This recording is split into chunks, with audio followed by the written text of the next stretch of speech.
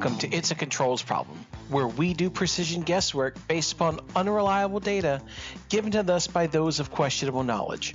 I'm your host, Charles Johnson.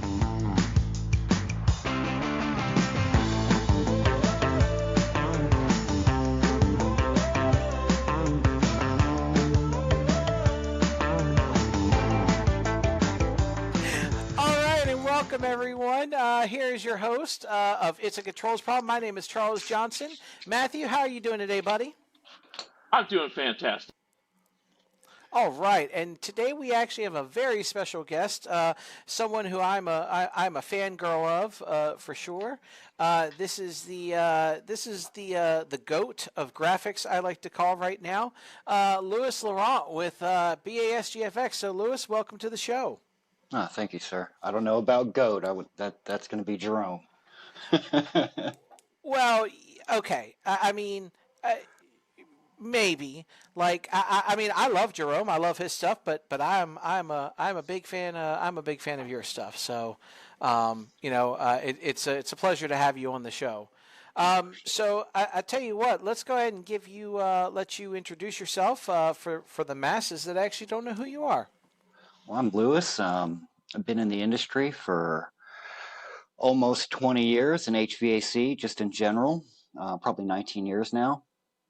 I started in 2006 as an HVAC technician and kind of migrated to controls, and now I do graphics. Speaking of which, can you share that pivotal moment where that led you down to, where you're building graphics now? That was about, I'd say 2015, somewhere around there. I was in the tech room, turning in my paperwork for Monday morning, and the controls manager for the mechanical company I was working for made a comment that I overheard that he needed a 3D compressor. And I asked him what he was talking about, and he's like, I need a 3D compressor, a compressor in 3D with, animations. It has it turning on and off. And I was like, I can do that. And he's like, yeah, right. And I went home and made it in about 45 minutes and sent it to him. And that's kind of when I realized, holy moly, my hobby is actually needed in air conditioning, right? So that kind of started the ball rolling. And then I realized, some Google searches that there's an actual 3D industry for HVAC, and it just kind of blew my mind. And that's kind of when about, I don't know, just a few months later, if not a couple weeks later, I bought the domain BASGFX. And that's kind of been there all along, just not really doing anything with it. So when did you decide that you were going to just do it full time? When was the moment where you're like, all right, I'm going to do full send? That was end of 2022, beginning of 2023, December and January. I had got laid off, and I had just literally sold everything I owned and bought a cabin in the woods in Arkansas and lost my job. Our entire company was laid off for the most part. And I kind of panicked. And I was like, you know what? I'm going to try this. And I made some stuff and posted it on LinkedIn, and people started kind of going crazy. I wouldn't say I went viral, but I had a lot of people asking, where's your website? And I still own the domain, but I didn't do anything with it. I had hosting, right? I just removed everything, just own the domains. I had hosting, but I didn't have a website up.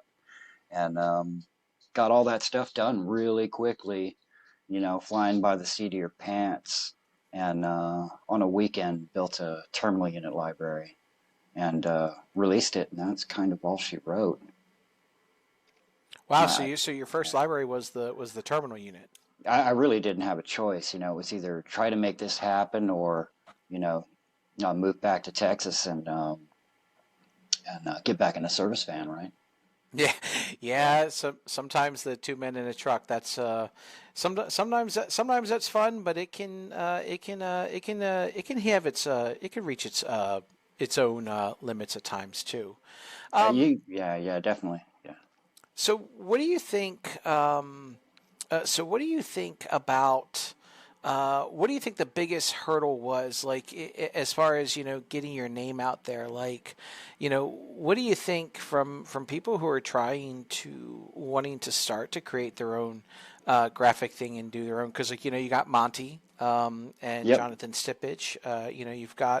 You've got some of those people that want to get out there and really do it. Like, what do you think are some of the lessons learned that, maybe it's like, now, but you wish you kind of knew then kind of thing?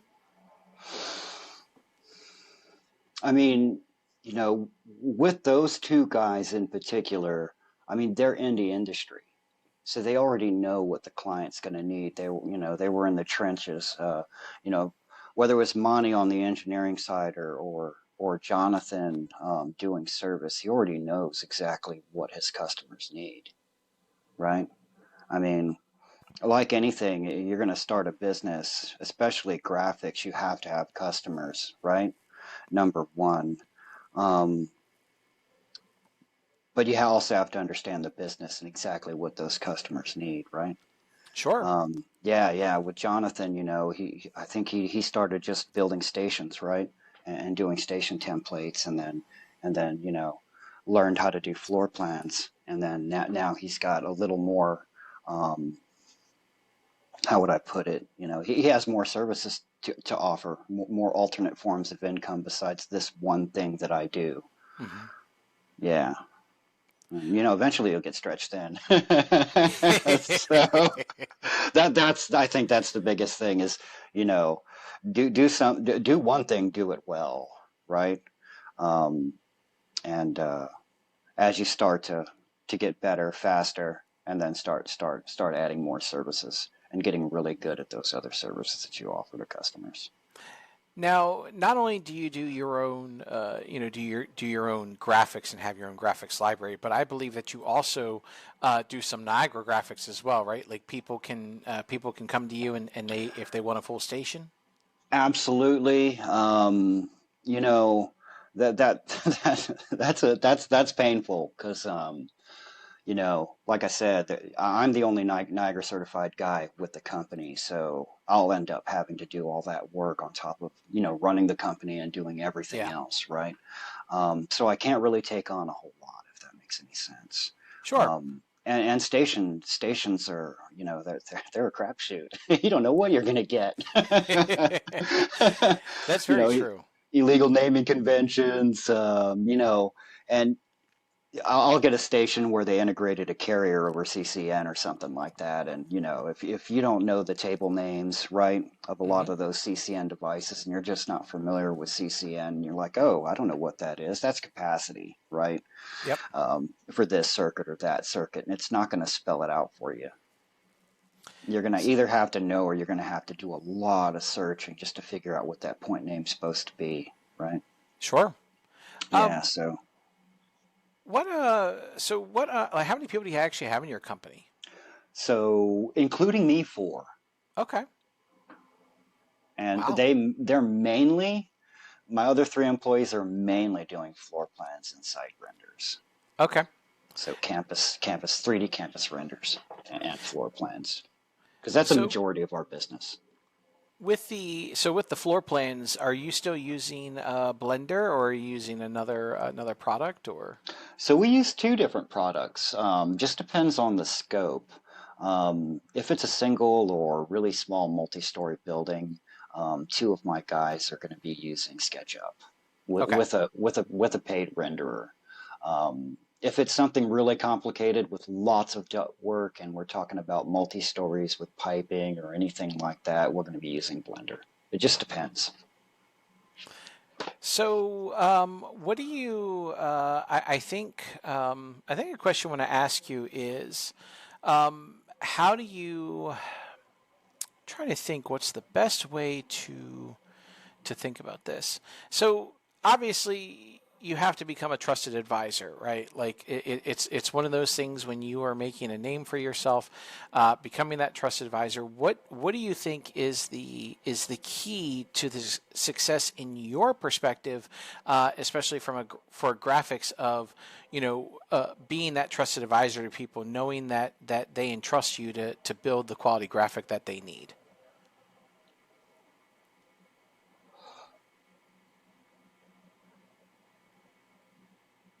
I'm sorry, ask that again. I Sure. didn't. So what I'm saying is, like, I believe, a lot of us are in the field because, people come to us over and over again because not only do we provide the products that they're looking for, but they trust us, right? Like we've built that level of trust where they can come to us for where they can come to us for advice or guidance. So what was your main focus on becoming that trusted advisor to your customers? I mean, just trying to be Johnny on the spot, right? If they paid for something and they want it modified, just get it done. Yes or no, sir, right? Yeah, I Yes, guess it's ma'am, no, true. ma'am. Yeah, just answering your emails immediately. I tend to do that. It frustrates me when people don't answer right away, but they're a whole lot more busy than I am. Sure. So, especially running a controls department or something like that. But I think really it's just, you know, yeah, if they need something flipped or something like that, or they want something changed, yeah, don't charge them for it. They paid for it. Let's just do it, Oh right? wow. Okay. Yeah, that's Yeah. that's a really good. That is definitely very customer service oriented, You not know, necessarily nickel and diming someone. yeah, I'm not going to do that. I'm going to try and bundle as much value in the product as possible, especially if it's something on my website, right? Hmm. If it's a Yeah. cool only unit and they're like, hey, a customer reached out the other day and he's like, I see all these Aeon units. I got a cool only with no hot gas reheat, no heat. And I was like, really, it's going to be this model number, but I don't have a cool only version, but um, I'll bundle it in there and you can have one that'll do anything, right? It'll have Yeah. gas heat, no heat, electric heat, right? Yeah. Reheat, no reheat, cool only, that kind of thing. So, quickly this morning I got in there, made it, and sent it to them. So, yeah, and we'll have customers we had a huge multi-story building over there in Virginia, and they never requested ductwork. And when we looked at the initial email, it was like, hey, we kind of want ductwork and boxes, but it wasn't just, we didn't quote it. It wasn't in the quote. And yeah, that's a good $1,200, you know, and they had already spent quite a bit of money on that job with us. So we just ate it. We just ate it because, Wow. it's the expectation, right? They were expecting to have that. And it was a newer project manager, and just to keep that trust, right? Yeah. Yeah, and make the customer happy, and make sure that they get what they want. And it doesn't always work out that way. You can, just try to do your best. No, that's a good way to think about it. I think I think providing that level of kind of, it seems like like you definitely provide like a concierge service. I don't know why I said Absolutely, service, yeah. but yeah, like you provide a concierge service that's actually quite nice. Knowing that, I think that probably gives customers a great level of feeling like, yeah, I can go to Lewis and he can go ahead and take care of this, and it's not really a big imposition for him. He just wants to do it. He wants to make the customer happy, and yeah, that is super good. And I think that I was going to ask you about your unique perspective and approach, but I think that actually kind of does set you apart from probably some of the others in the built environment. Is that level of that level of service right there. Um, what do you to date? What do you think your favorite project has been so far? Like, what were you really excited? Like, oh man, this is awesome to build. It's going to be a chiller of some sort. And really, I get excited when I have a lot of reference material. I'll get a bunch of air handlers and some really weird stuff where I just don't have any reference material, and it's just not something I enjoy doing. Um, it may just be some product marketing from the company, but we just can't get any real information about what's inside the unit, right? And then you can't go crazy and make it look exactly like it, and that always frustrates me. But when I can get the installation and operation manual, and I can get all the details, what everything looks like, and even better pictures of the actual equipment, that's when I really start to get happy. because I can go crazy on the details, right? So yeah, no, I've seen. I remember I was dealing with. I don't know who it was. My former company that I was working for, we were doing bear sciences. So like the people that make aspirin or whatever. Hmm. But this was more of a greenhouse side, and the unit they had, like you actually could like hover over the door and like hover over like one of the equipment doors and it would actually just open up so you could then see like inside the coil and then like you could move away. Like once you were finished mousing over, then like the door went back, but like you can go in and see all that kind of stuff. So Was that like a digital twin? yeah, I think so. Yeah, yeah. Yeah, it was quite stellar That's to really see. popular right now. Yeah. Yeah, I mean, digital twinning. I definitely have some perspectives about that for sure, but that'll definitely be for another show. But I think a question I actually follow up to this is, what do you think the best way, or what is the best method that you have found to get the proper submittals that you need in order to build the equipment? That's Googling. Whether you're a mechanical technician on the roof and it's 120 degrees outside and the roof's a bill 60, you don't understand the sequence of operation. It's nice to be able to do a search and, pull a train or carry a IOM. It really depends on the manufacturer, right? Yeah. Some don't release it. And then when you reach out to them, they're like, hey, talk to our distributor. And then, they don't even say that they're a distributor of your product, and you don't know who to talk to. So at that point, and in some instances, I have to leave it toward the customer to get me that information, right? Yeah. Yeah, it's hard. You just being a mechanical technician just makes it easier for me because I know where to go and I know what I'm looking for. Sure. And how long do you think it's taken you to build the library that you use so far to kind of like help quickly come up with some of the graphics that you do? At least, yeah, at this point, 3 years. Yeah, at Wow. least 3 years. Okay. Yeah. And do you ever just kind of like just look at things just to get some inspiration to just play with some additional ideas on things that you're working on? All the time.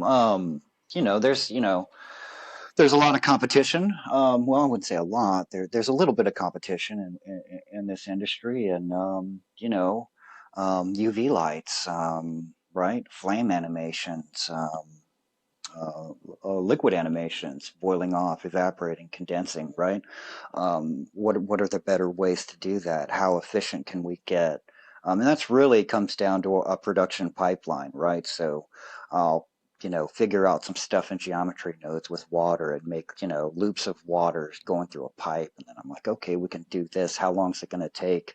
Or what's it going to take to replicate this on every project? And what do I have to do to make this easy to where I can drag and drop this in with little or no fuss, right? And get the states or animations that I need to get, whether it's a flame animation or liquid boiling off or sloshing around in a vessel, right? Um, that's some of the things that we've been working on. Um, and yeah, it's time consuming.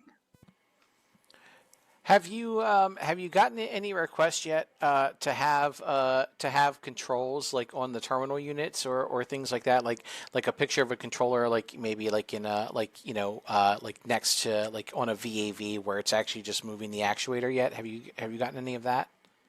You mean like a specific brand or something like that? Yeah, yeah. No, no. Okay. Um, I mean, I could open up, any one of those electrical panels. They're just cubes with some fasteners stuck to the top of them. So I mean, it's really not that big of a deal. Um, the only issue there is that's a can of worms, and if you haven't been doing this for a long time, you've got a lot of controllers to make. Yeah, that is true. You're like, I didn't even Yeah, know that was still a thing. Yep. sensors are one thing, but controllers, boy, yeah, that's a lot of work. I mean, just Honeywell's products alone. like even if you're dealing with the striker or the spider or even the TR optimizer stuff. TR21, right? Yep. Yeah, TR20. Yep. Yeah, yeah, you bet. Yeah, I can definitely see, trying to, if you had like a product line that you were dealing with specifically and trying to get that, because like you did the TR500, I think, Yeah, um, yeah. which is a pretty sweet, it's a pretty sweet graphic. The thing about that is that there's two versions of that. One is just, a blank sensor that you can just slap on your graphic, and then Mhm. one that where I rebuilt all the icons. You know, doing something like that, yeah, I would have to reserve, okay, 2 hours of this week's going to be dedicated to making miscellaneous sensors for different manufacturers and start Yeah, doing that, or actually just hire someone um, and get them in house to start on that kind of project where I'm going to end up building a library of sensors per se, because I just don't have the time to sit around and make a bunch of little things, right? yeah. Yeah. So how do you? So this is something that's interesting. Like when I look at pricing of objects, what do you think is the biggest thing? Like how? I mean, you don't have to answer it, but like I guess for me, it's like if I want to sell, if I want to sell a product, how do you determine what it's worth to the general public? Yeah, that's kind of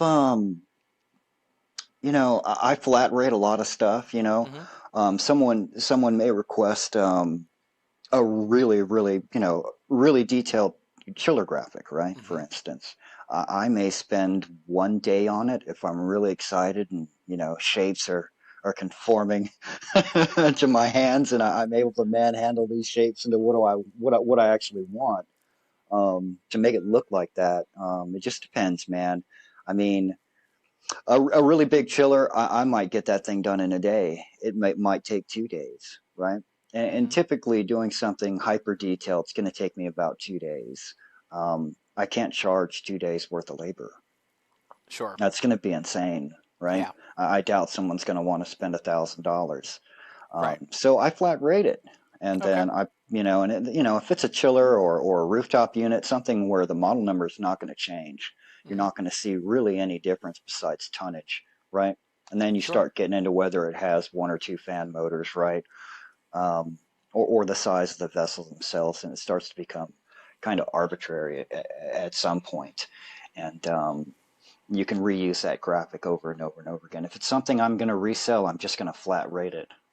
Yeah, I'll Yeah. flat rate it and I'll sell it on my website for that cost. Sure. So, as you just said, that the devil's in the details, right? What do you think to date so far? What is the biggest detail that you've had to do that was like so frustrating to you? Like maybe like you had it or you sort of had it, and then all of a sudden you're like, it's not quite right, and then like eventually you're like, ha, it works exactly the way I want. What do you think that has been so far up to date for you? Oh, that's just 3D. 3D is about problem solving, right? So it literally that's what 3D modeling is. It's all about problem solving. You have a set of skills and a set of tools, and there's 100 ways to get that done, right? Whatever you're having to do, and you may approach it totally wrong for an hour or two and give up, cutting a hole in a cylinder and getting getting that hole to be clean with no visual artifacts, right? Because Yeah. that's the issue, and really, yeah, it's just trial and error, and then you'll come back the next day and get it done in 15 minutes, right? Yeah. What Yeah, sometimes you got to stop, do something else, right? Yeah. Lewis, I can like the way that you're working like the 3D stuff. Like I can in my head right now I just envision like Alan from The Hangover when he's playing blackjack and you just see like all like the mathematical equations just kind of like going through his head. Like I just sit there and I see you just having all them being able to visualize that. Do you play chess at all? I used to, yeah, when I Okay. was a kid, yeah, quite a bit. I was going to say, like, I bet you people who do, this 3D stuff here and kind of solve those puzzles like that. I bet you have a very good spatial mind when it comes to that. So that's why I was like, huh, I wonder if he does play chess.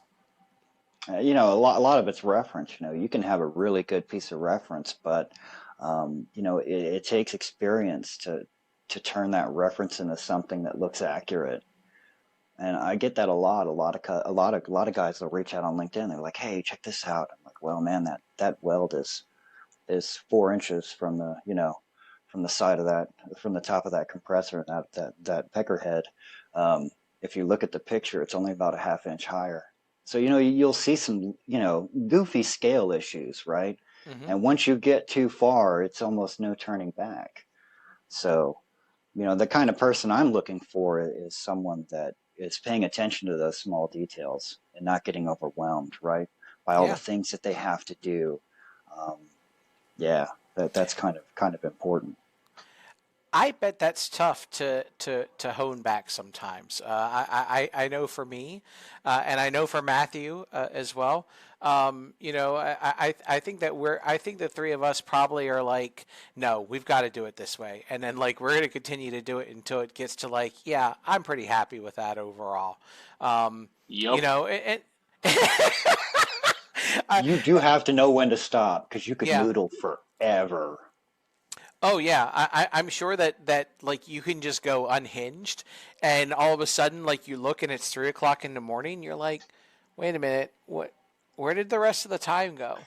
Um, I, It took me half my adult life to learn when to stop, and I'm still not great at it. Yeah, same here. it's funny because Matthew was in one of my classes that I taught, and sometimes we'll go over some stuff, and he'll actually see me. I'm like, hold on one second, let me rearrange this on the wire sheet. Nope, not quite. Hold on, let me. And I'll tell my students, like, look, sometimes half the time that you probably spend in the station is just arranging it the way that you want to see it. You're like, that is not. I'm like, I need to move it up like 5 more pixels. Once I Oh, move it I'll up do one it. box, yeah. That link mark better be straight. Yes, yes, I will. I will tell you when I composite out like inputs and outputs on a folder. I can't tell you how long I've spent at times reordering them to make sure that every line So matches.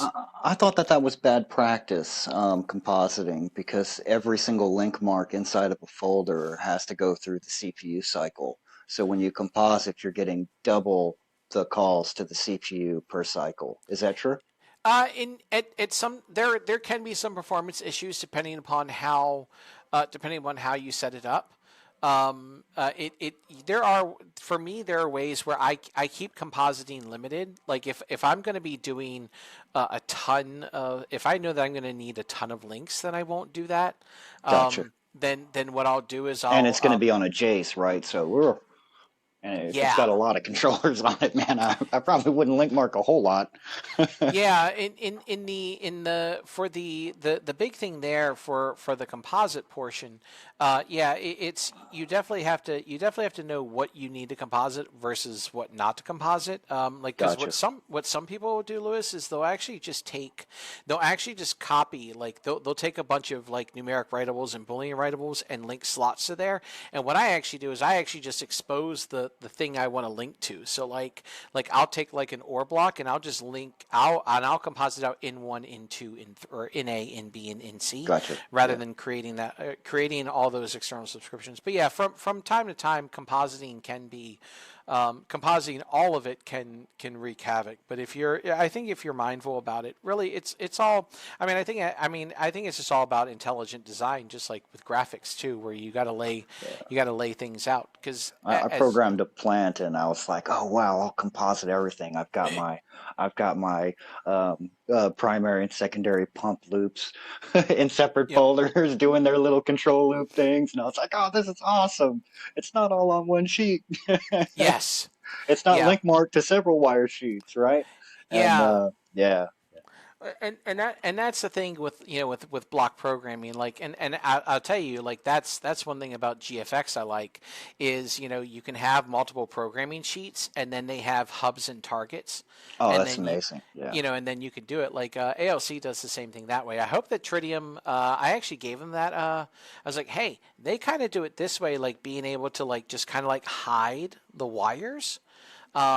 So I'm hoping that Niagara 5 will be able to you'll be able to hide those Yeah. wires like that, so you can I just put love the everything there. reference hubs and targets. I mean, if it goes to a set point, you don't even need to double click it and go there. You can just right click that hub and change that set point right there. Yep. That's Yeah. amazing. Yeah, it's just amazing. Yeah. Agreed. It's yeah. So some of those kinds of things are great. Now, if I know I'm going to get really complicated, I actually just may make a program object. Like, you know what? It's all just going to go right here, and it's going to do its own thing, Yeah, um, yeah. and be done. But not everyone can do that. So, I tell you what, there was something I saw. Um, graphics are the most important thing to a customer. Um, what do you if you were to lay out a graphic, like let's say you're using your own stuff and you're building a station. Let's say you have carte blanche on building your station. What do you think the best? What do you think the optimal layout is for an end user? What do you think the end user needs to be able to do from a graphic specifically? Auto, HOA, and set points. Um, and that, you never know what the customer is going to want to see and what you really want to allow them to see. And it really depends on the engineer, right? I've Hmm. met some really, really particular engineers that know their stuff and they want to see all the balancing points, right? Yep. Typically, I don't expose balancing points because I can't take it for granted that they know what they're doing and they're not going to start changing all the min and max flows and right Yeah. and playing with K factors when they really shouldn't be doing that. Um, that just yeah, that can end up becoming a nightmare. Um, yeah, most of the time I don't get a submittal that says, hey, these are the points that need to be on the graphic, right? Hmm. Um, yeah, that's I kind of got to guess, right? So I think really that's just either the mechanical technician or the system specialist in me that knows what points need to be exposed, right? And Yeah. I've got a station that's not running, it's not live. I'm running it locally on my workbench, right? In Hmm. a in a supervisor, a development supervisor. So everything is stale when I see it, but I know if it's writable or not. And then, I have to write up a pretty large document sometimes and saying, hey, you know, this set point's read only. It needs to be brought back in writable. Make sure it's named correctly, right? Yeah. Or you're going to have to, relink your ord, etc. And I'll end up having a pretty large Word document or Microsoft OneNote document that I'm just going to pipe into an email and be like, here's the deficiencies, here's the issues they're going to have, right? Hmm. Um, that's just building stations. Here's what I don't know. I gave it my best shot to try and figure out what these mean, right? But I don't know what these points mean or etc. But a lot of it's just, you brought the point in read only and it needs to be writable, right? Yeah. Yeah, And and that obviously we happens know quite that a you bit. have to delete it out and bring it back in, Yep. or, for me, I like to show people pop-ups. Like if you don't want something to override it from the graphic, change the pop-up, enable it to false, right? Oh, Like, definitely. yeah. Yeah, yeah. You're talking about, yeah, the flag in the Hmm. property sheet. Yeah, Uh, pop up disabled. yes, yeah, yeah. Yep, Yeah. on the graphic itself. Yep. Another thing, Lewis, I think a lot of people from that perspective, what people have not really gotten into are the PX properties, where like you can create like like header one, header two, header three, and body one, Absolutely. body two, body three, right? Because Yeah. like when you're looking at like a website, right, you see things that pop out more or pop out less, and text is larger in here. So instead of actually literally trying to create, Well, that's the issue that Niagara's gonna, and PX properties kind of solve that because we call mhm, that CSS, right? yeah, Yeah, and especially if you're using a framework like Vue or React, and then say Vue, you're going to be using Vuetify more than likely, or Material CSS. You're going to have a set of rules, right? hmm, That are automatically done for you. If it's body, it's automatically going to have, this CSS size, right, for the text. Um, PX properties kind of solve that, especially, if you build a strictly PX station and you don't use PX properties, and, you're in training with the engineer and say the property manager and all the people that are going to be looking at the system, and they're like, it's too small, I can't read it. What are Yeah. you going to do? Are you going to go through every single text field, right? And change the font size, or are you going to change one PX property that's linked to all this stuff? That's a good way to go, but that takes a lot of planning. And I think after you've got a year or two of building stations, you're going to realize just how powerful that is, and variables, right? Yeah. Yeah. Just make a read-only widget. You don't have to worry about the pop-up. It's built in, Hmm. right? Yep.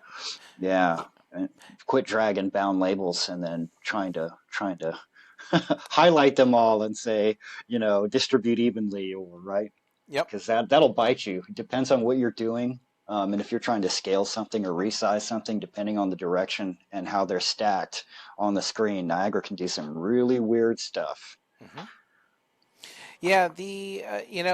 I think I think one thing that I do like that is also highly underutilized is the new widgets.bog. So like when you like if you're anywhere in the station and you right click and it goes new and it's like Yeah, Boolean writable, numeric writable. Well, in the obviously on a PX page or a PX view, you have new label, picture, whatever. But like you can modify that to have it as a bound that label without was a pop yeah. up, and That was in the original Niagara certification. That's where I learned to create a bog in Vern's classes, MOV training. hmm. That's in my AX certification. Yep. Yeah, no, it's that is definitely all good stuff. I don't Um, know if they're still teaching that. Sort of like I mean, right now, a lot of it has been focused where we're getting a lot more. Like, we still have a fair amount of like building technicians that we have, but in the mix, we're also getting like a lot of like software engineers that are coming in. So Hmm. like you're getting a lot of more IT people. So there's a mix. Like some classes will have all like HVAC people. So I'll lead conversations a little more like, hey, here's some additional things that you're going to do in the field. And whereas like if I have more like IT and like software engineering people, um, I lead them into a different area. So Gotcha. I cater based upon that, and then when I have a good mixture, I balance between the both there. Yeah, when I took my certifications, it's strictly HVAC guys wanting to Yep. be controls guys. Hmm. Some of them should have failed the test 3 times. I'm like, an open book test? How can you fail that 3 times, dude? Yep. I think you need to So do something else. yeah. No, I agree. It's hard. It really is. Not every mechanical guy can make a good controls guy. Nope, and definitely not every controls guy can make a good mechanical guy. Though Yeah, understanding the mechanics is really important too. Um, that's going to come with time. yep, you're not wrong. But I tell you Yeah, what, that's going to come with time.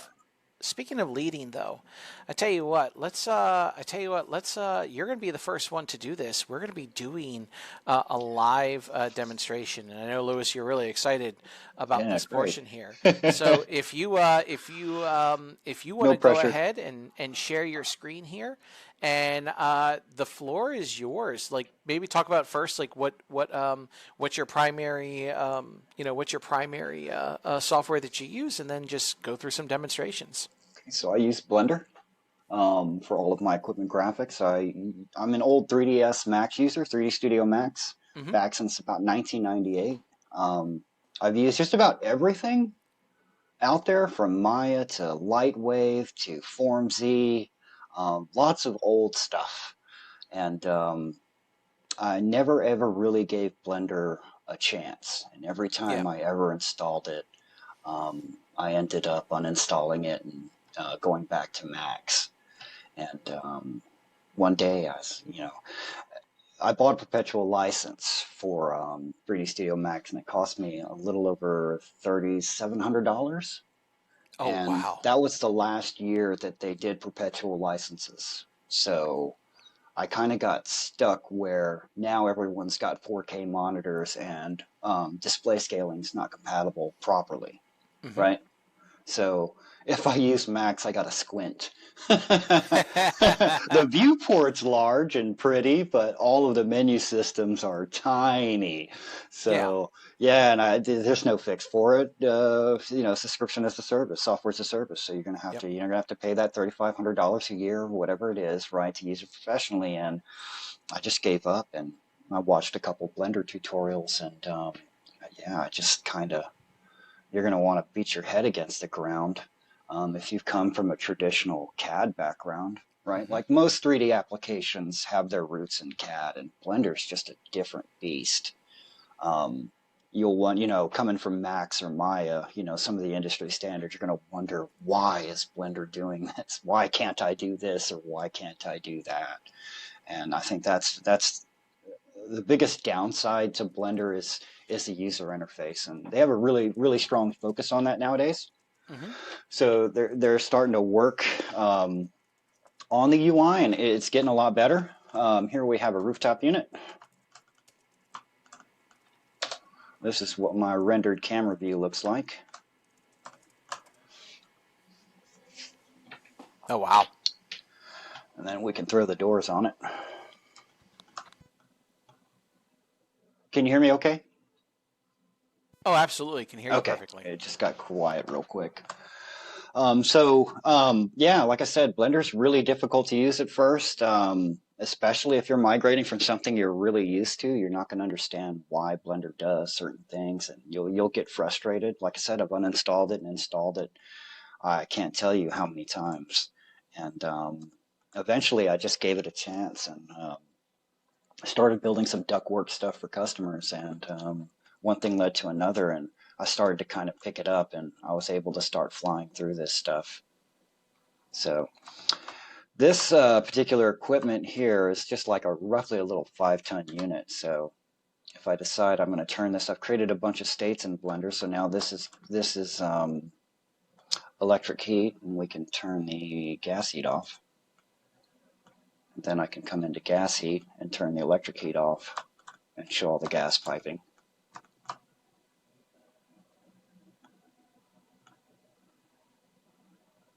And then switch back to gas heat occupied, electric heat.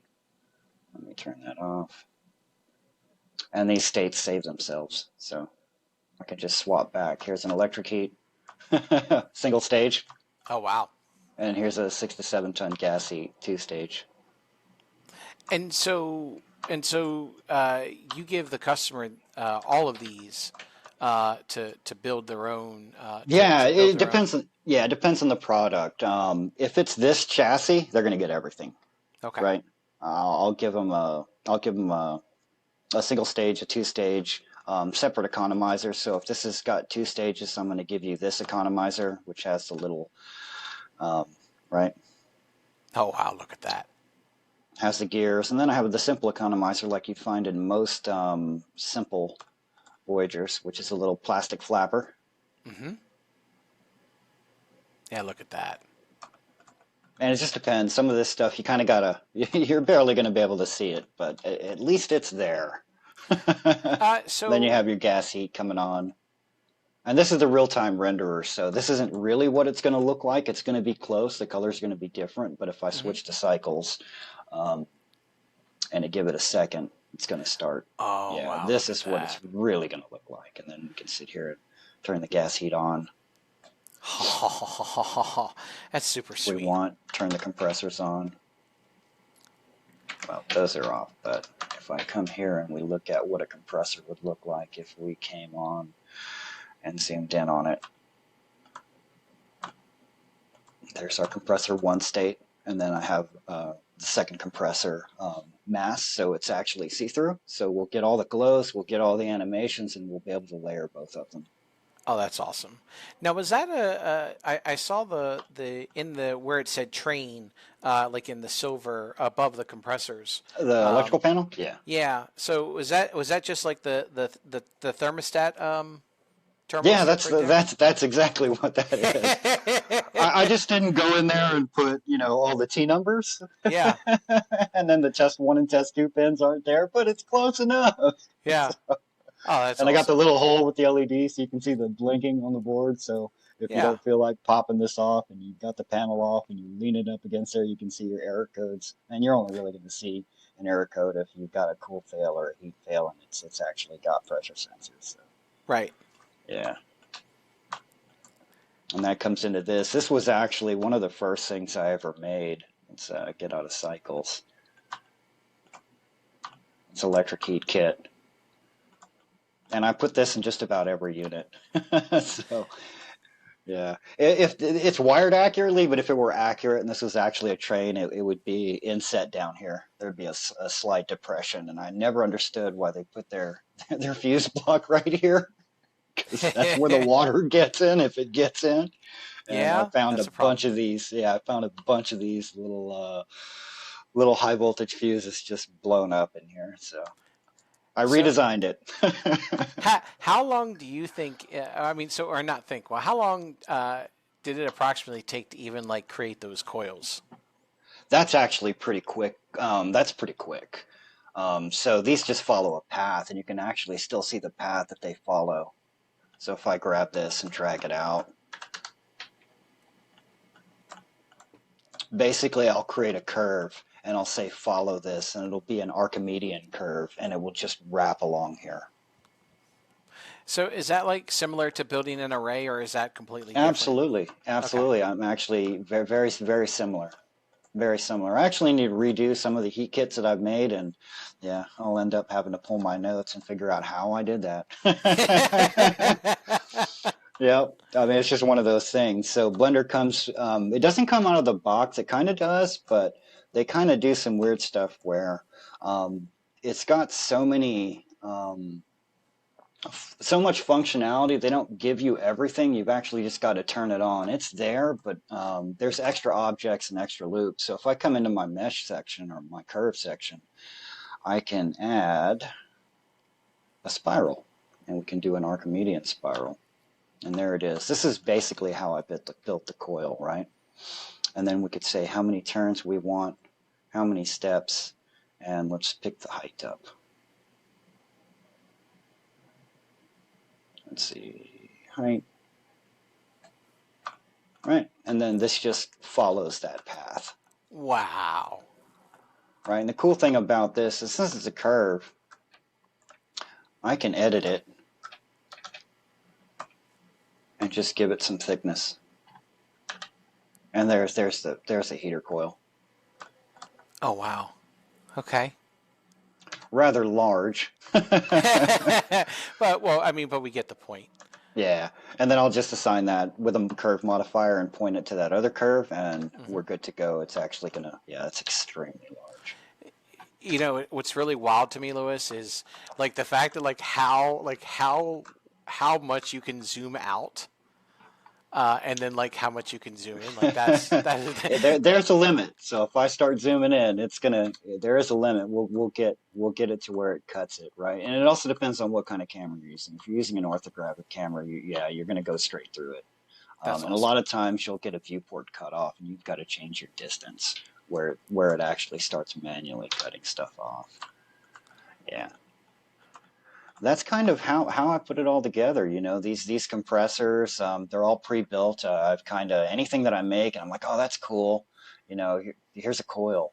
I'm going to throw that in there. Here's that same heat kit. If I need it, I can throw it in there. Here's the heat exchanger. Here's a couple VFD panels if I need them, right? Hmm. I can come in here, and here's a compressor.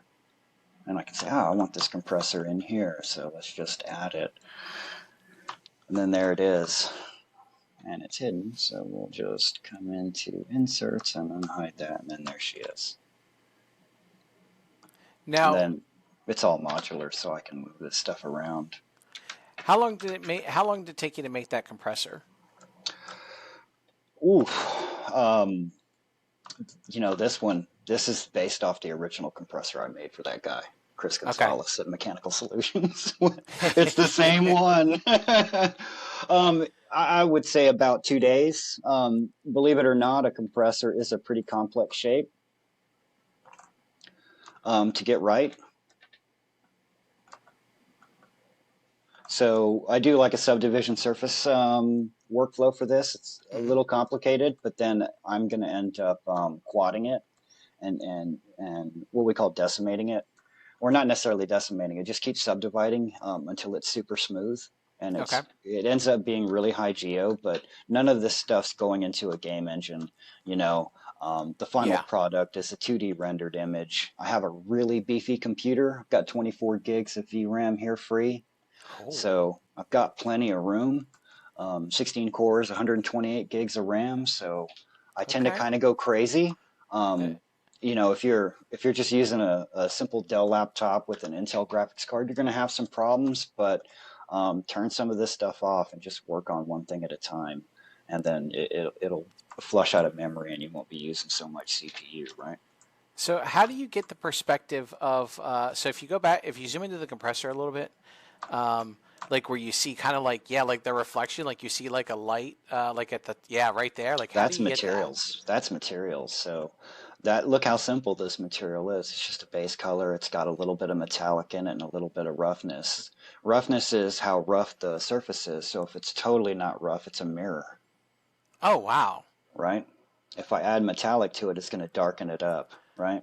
Oh, that's Just a so little interesting. bit. So if I make it really rough, it's going to be very matte, right? And Okay. that's really what an Alliance compressor looks like. It's going to be quite matte. But, why not add a little shine to it? Yeah. Yeah, so it depends. Some of this stuff, like this, for instance, this is an actual shape that follows this curve. So if I needed to make, say, I needed some armored cable to go from here to there, I've got a Hmm. trick where I just create a cable real quick and say, I want you to go from there to there. And then there that cable is. Now I have a choice. I need this armored cable, so I can just come in here to my electrical, created a little piece of armored cable, and I Hmm. just add that in there. We'll scale it down a little bit, apply that scale, and then I can grab both of them and then just add the segment. And now it's stuck to that cable, and now I can array it. Oh, wow. So I come in and detail this stuff, right? Hmm. Way, way afterward. I'll put all the cables in here, all the piping. I'll do a lot of stuff, but then when it comes to, making this stuff look really cool, it's always the last thing I do. So, so speaking of arrays, so like I know an array, I know what an array is, and you know what an array is. But for the lay person, can you explain what an array is, and maybe kind of show So with how to run yeah, that? so with data, zero-based arrays. So you're just going to hold a series of values, right? And they're going to become separated. In 3D, so for instance, if I come in here and we'll just make a coil of some sort.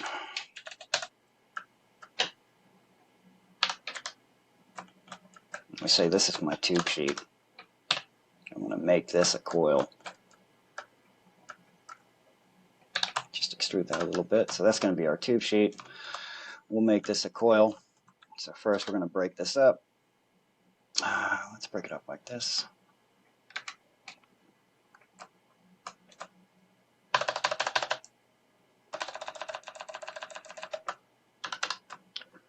Move it a little bit. And then, of course, we got to get good airflow through here. Make it efficient. Yeah, we know what happens when you have a dirty coil. Yeah, got to slow it just enough to pick up some heat. So there we go. We have a little fin. We'll just move it real close, and now we can array this. So what I'll do is I'll just come in here and array it.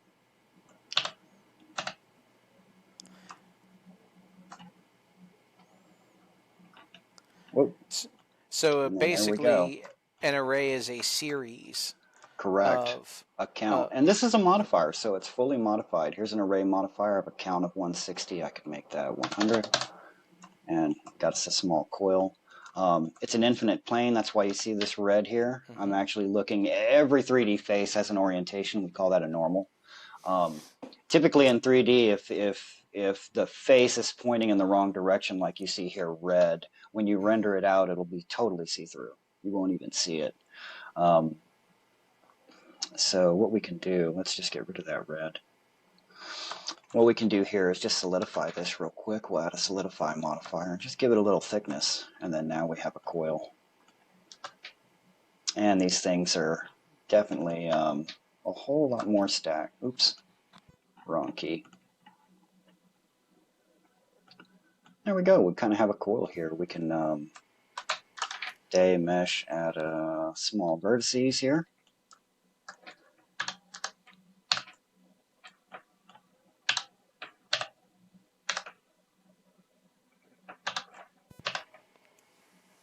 Just like that.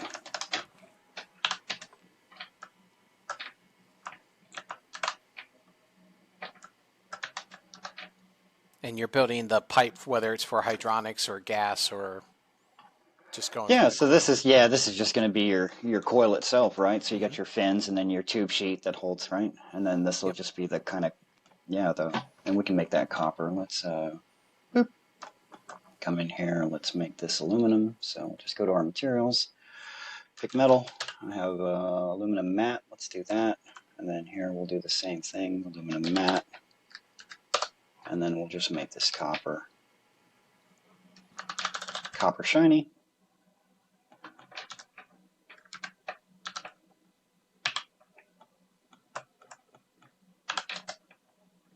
And then we can array this. So first I'm going to convert this from a curve to a mesh, and then now we can just array this. Yes, yeah, it's awesome. Not quite accurate, but yeah, and that's kind of how we build this stuff. And then you get your free your free texture without having to texture it, because it's actually sort of kind of like a coil should be. It slows the airflow down, right? And you get this really nice pattern.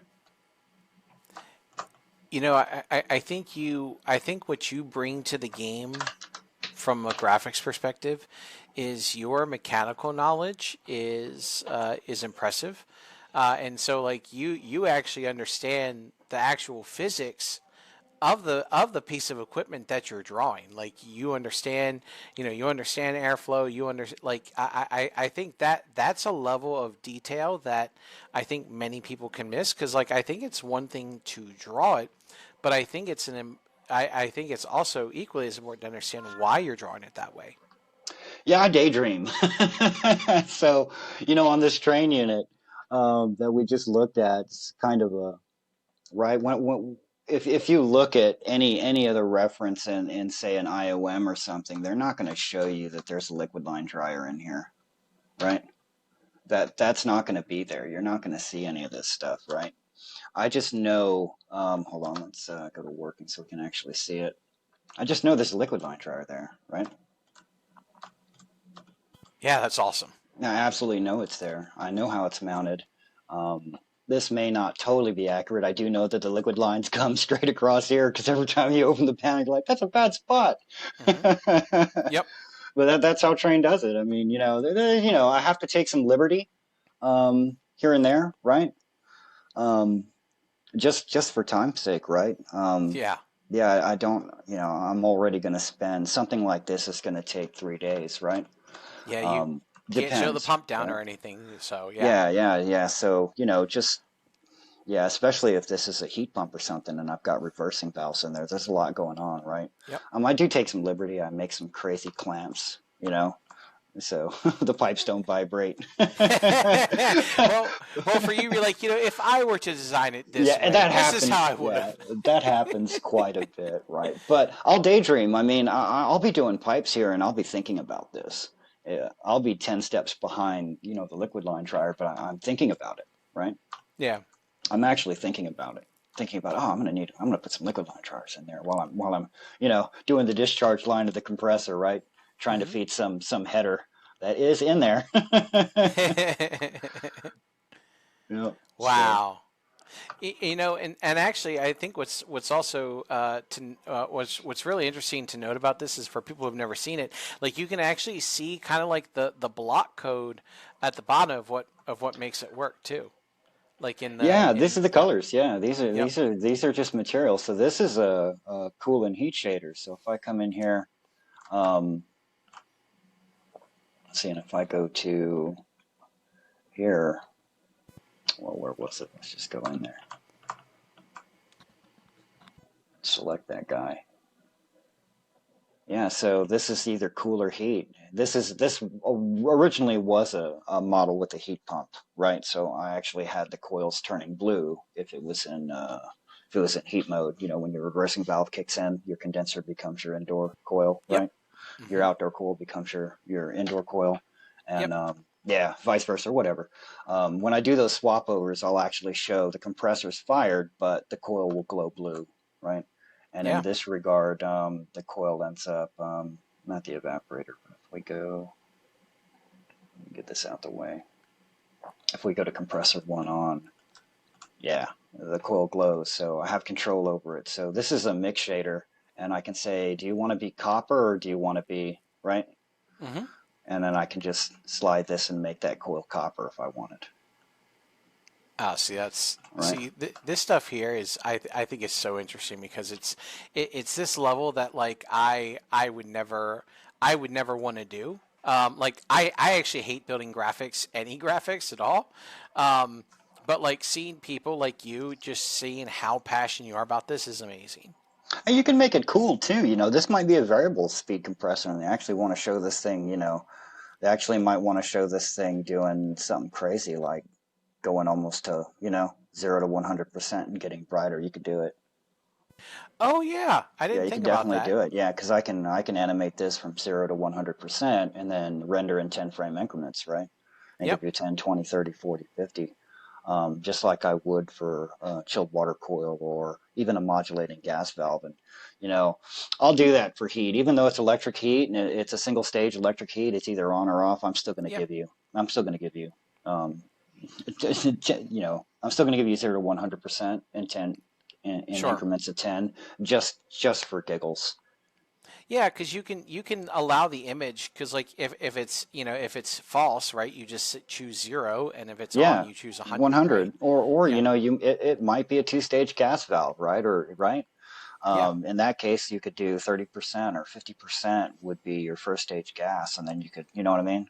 yeah. Yeah, without having to add another heat exchanger, right? And some of these units may have two-stage gas valves, right?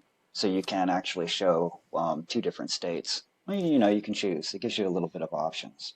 Well, I think yeah, I think that level of flexibility is really good because like what if like so for example like so what if someone wanted to let's say they were actually controlling this without enabling disabling stuff, right? Like let's say they're actually controlling all of it, right? So like let's say they want to calculate, maybe they want to put a terminal load in the unit, right? So you have your 0 and 100 and 0 to minus 100, but then like they can take that, they can take those Yeah, values and then and they don't have to use it. I mean, I yep, have evaporator states. You don't have to turn the evaporator on, right? yeah, You can just use your compressor states. hmm, You definitely don't need to turn the evaporator on, right? yeah, You don't even have to use it. And then this is a single stage, but here's the what was it, first stage, two stage, yeah. So I have the different liquid lines flipping, right? hmm, The TXVs. yeah. You know, I'm glad that you brought up like the values of 10 because I've seen people try to do like values of 5, and I think that's just way too many That's overkill. images. I've had complaints with customers because when you bind, you only have 10, right? So you have Hmm. 0, and then when you do a numeric binding, um, the issue is what about 1%? They'll be like, it's 4%, it's 5%, and it looks shut. So what I do for the first one is 0 to 1, and Hmm. then anything above 1 is 10%. And then the Yeah, last state is 90 to 100. sure. And that's how I end up just defaulting it because I had customers complain. They're like, hey, Yeah, man, I see a number. It's shut. yeah. So I'm like, I, okay. I, Yep. I mean, I guess I understand, but like, if it like, is there a real big difference between 0% and 4%?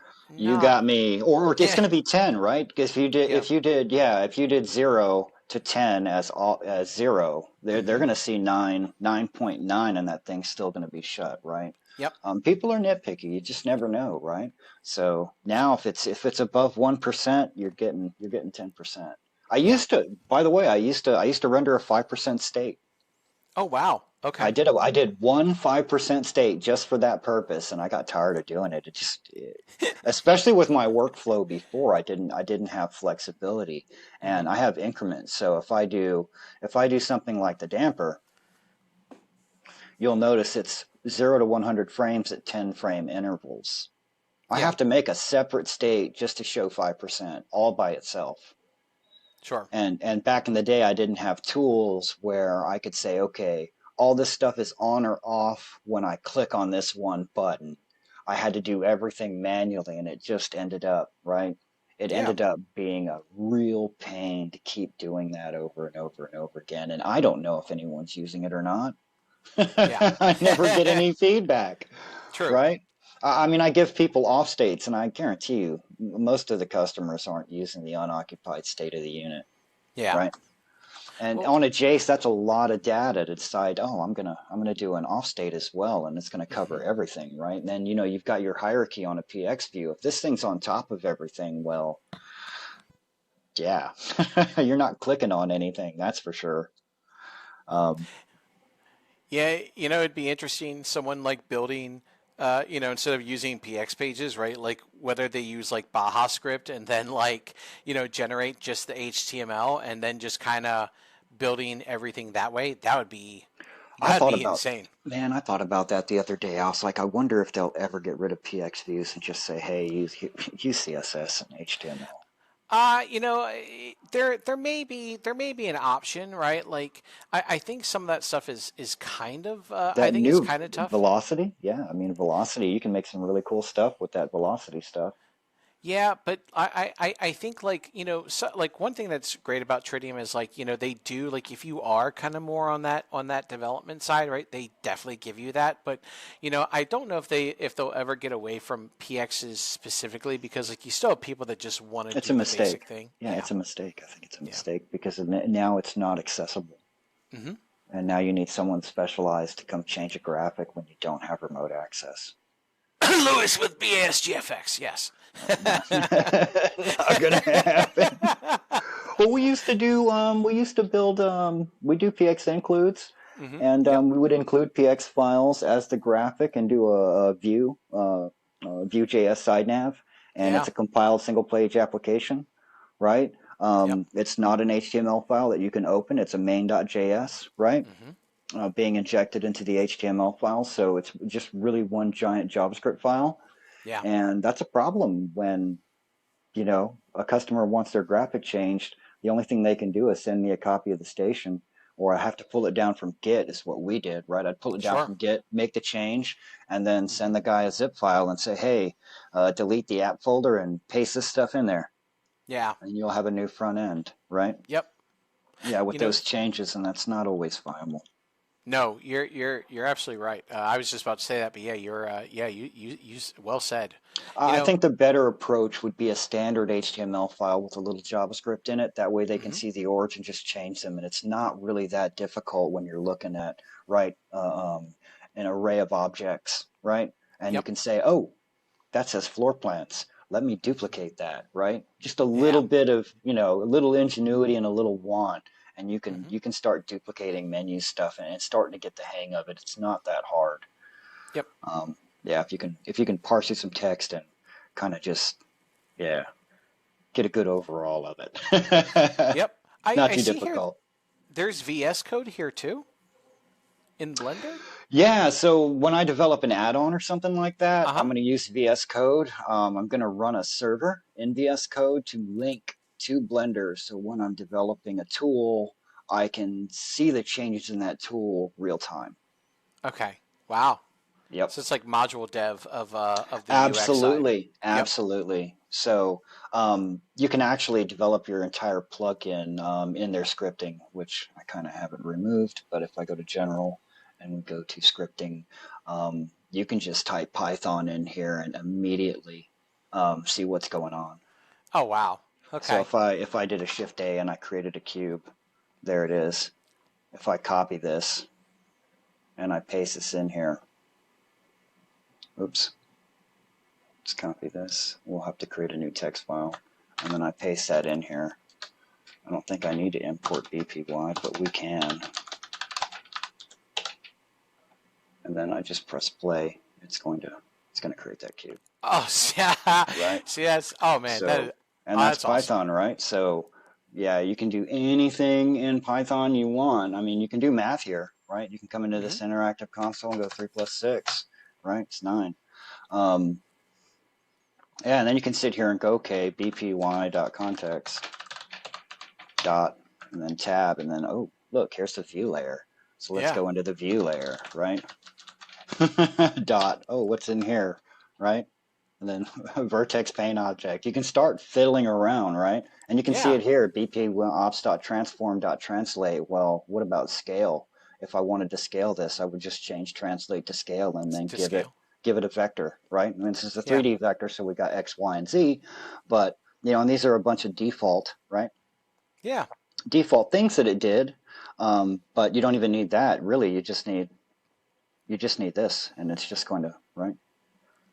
See, So if we that's, move it, it's translating it, right?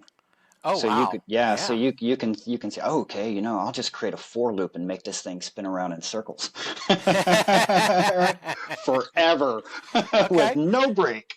There you go. Yeah, So yeah, that'll yeah. take an engine. And it's got Okay. some cool templates. I mean, you could sit here and go, hey, man, I want to build something. Let's build a UI list, right?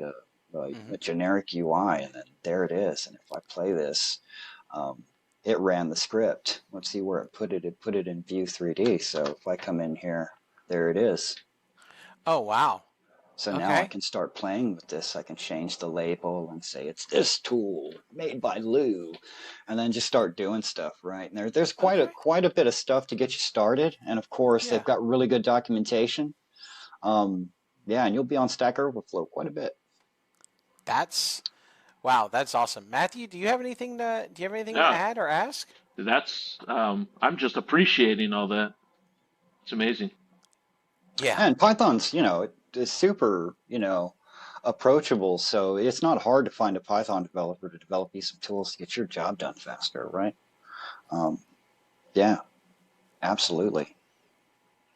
And you could just save these into every file and run them without actually having to compile, right? And it's not really compiling. You're just putting in a zip file, giving it a toml, right? Yeah. And saying this does this and this does that, and this is where everything is. And yeah, you have an installable add-on that ends up being in here. Wow. Well, Louis, this has really been eye opening here. And again, thank you for taking the time out of your day to do this recording with us. So we really Absolutely. have appreciated it. Absolutely. Appreciate you So Definitely. guys. Thanks a lot, Liz. yeah, absolutely. So I think we're going to go ahead and end it here. I think this is a great stopping point, and Lewis, we will probably get you back on at some point and talk about some more things. But you've definitely, I think, you've given a lot of people a lot to process here. And just seeing how quickly you do stuff, right? Like it's amazing when you see people in their element, they're doing their thing, and it's like, oh yeah, you could do this and this and No this and this and pressure. this. No Yeah, pressure. yeah, yeah. And then you're like, I drew a stick figure, and it took 6 hours to do that. Is that okay? The biggest thing is like you can't get discouraged with that kind of thing, especially when you're learning how to play with it, right? Like it, No, it took yeah. forever to do it. So A lot of yeah, people ask me, "Hey, man, I wanna do, BS graphics. Well, what have you done? I haven't done anything yet, but you can show me." I'm like, "No, man, just make it. You yep, know what it, download some air-cooled chiller images. Go on Google, download yeah, that stuff. Make it. Just make it. Um, yeah, you know, you got to give it a shot. And every time you do something, it's going to look terrible. Your first yep, air-cooled chiller or rooftop, it's going to look terrible. But keep doing it. The next one's going to look better and better and better, and you're gonna you're gonna be able to use your tools more effectively. You're gonna learn tricks, right? You're gonna learn, yeah, you're gonna learn techniques. yeah, Skills. These are just skills. There's no magic in it. It's just problem solving. The So magic is getting addicted to it and then and yeah, not being you'll able find to out if you're stop really, projects. yeah, yeah. If if you love it, you're gonna, yeah, you're gonna succeed. You just gotta, you gotta put in the work, and that's doing this stuff over and over and over again until you're happy with what it looks like, right? Yeah, absolutely. Okay, well, Louis, this has been great. And again, thank you very much for. Thanks for the opportunity, guys. Yeah, absolutely. And you have a great one. All right, Thanks. take care. Talk to you soon, All right, Lewis. you too. Yep. Bye. Bye. All right, well, that's all we have for this episode. Remember to stay curious and create your array. I'm Charles. And I'm Matthew. And this has been It's a Controls Problem.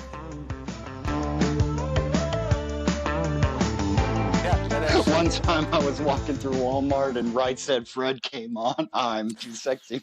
Right? Yeah.